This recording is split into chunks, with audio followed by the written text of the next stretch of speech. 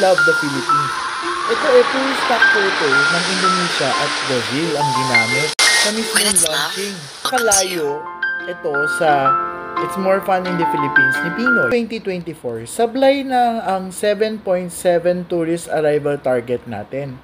Ito ay naging 5.65 million sa end of the year. At tignan nyo, mababa rin ang 2025 first quarter. 'Di ba? Nag-dip din siya. Pero ang DOT, puro press release and drawing ang pinapalabas.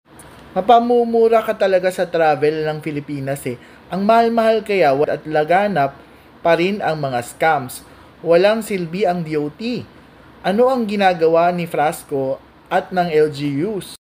So anong ginagawa ng DOT Secretary nung una siyang na-call out, nagpa-family vacation? Ganyan ba ang leader? Walang accountability. Parang si Sara Duterte lang. PBBM, gising. So kasama sa mga nag-courtesy resignation, si Frasco. Yan no, nakita mo na nagsabi rin siya na nag-resign siya.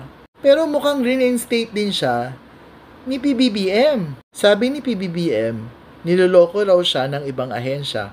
Baka kasama dyan ang DOT. Imagine mo, sinasaman ang mga OFW at immigrants bilang tourist sa count nila. Ano ba yan? Pero may chika ko sa inyo.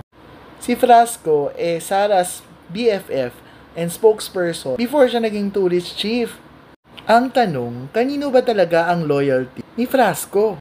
Halata namang lumulubog ang turismo pero ayaw pa rin siyang palitan. Bakit pinipilit ni PBBM na manatili siya? Siya ba ay naninindigan sa palpak? O ayaw lang awayin ang mga Duterte? Let's be pro-Philippines. Ang mali ay mali.